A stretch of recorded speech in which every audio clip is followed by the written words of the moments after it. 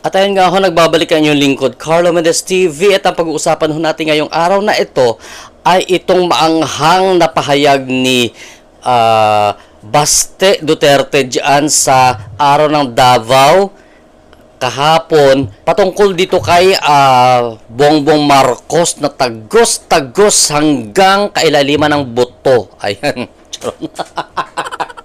Ano ba yan siya? Buto talaga.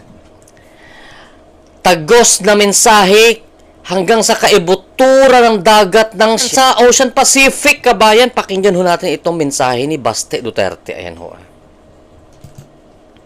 Gusto ko, I will take this opportunity to tell Mr. Marcos how I feel about him.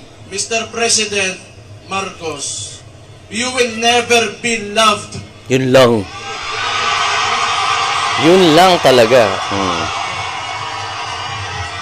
Especially to us who are calling out Rudy Duterte's name, you will never be loved, Mr. Marcos. You will never be loved, sabi niya. We will stand up and we will fight back.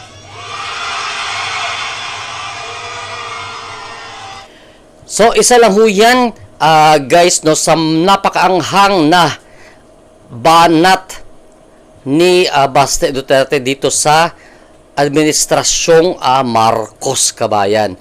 You will never be loved, sabi nga nung mayor ng Davao. Ayan. Ano pa? Charot.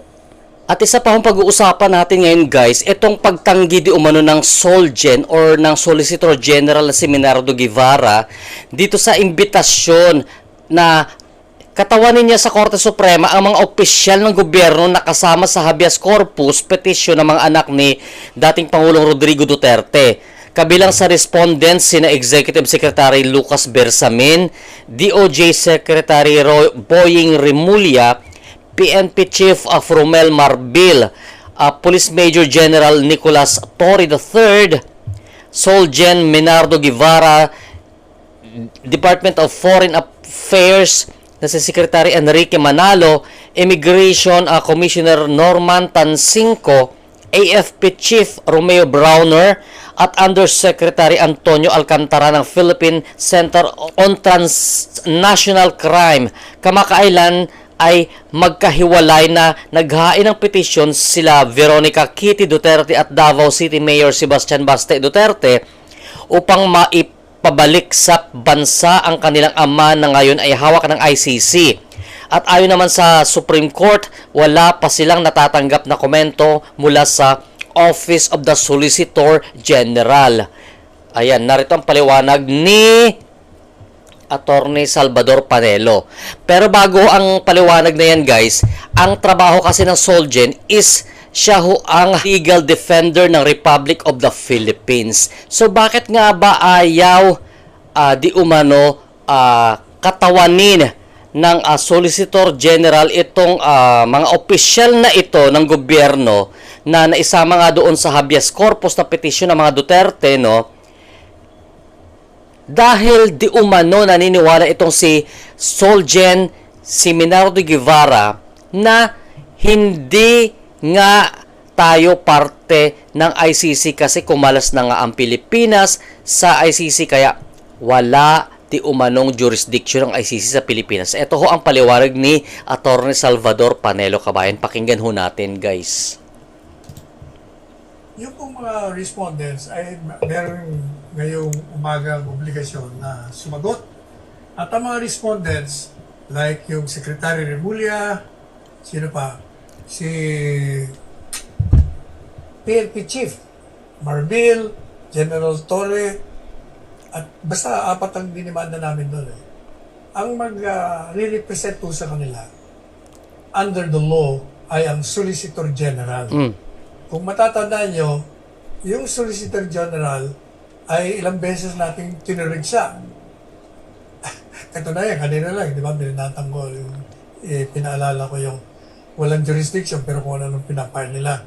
Ganun pa man, sila ang abogado ng gobyerno sa aming petition for habeas corpus. Kanina ho, nag-file sila ng manifestation ng opisina ng Office of the Solicitor General sa Korte Suprema. At ito po ang sinabi nila. Babasahin ko lang po yung mga pertinent paragraphs.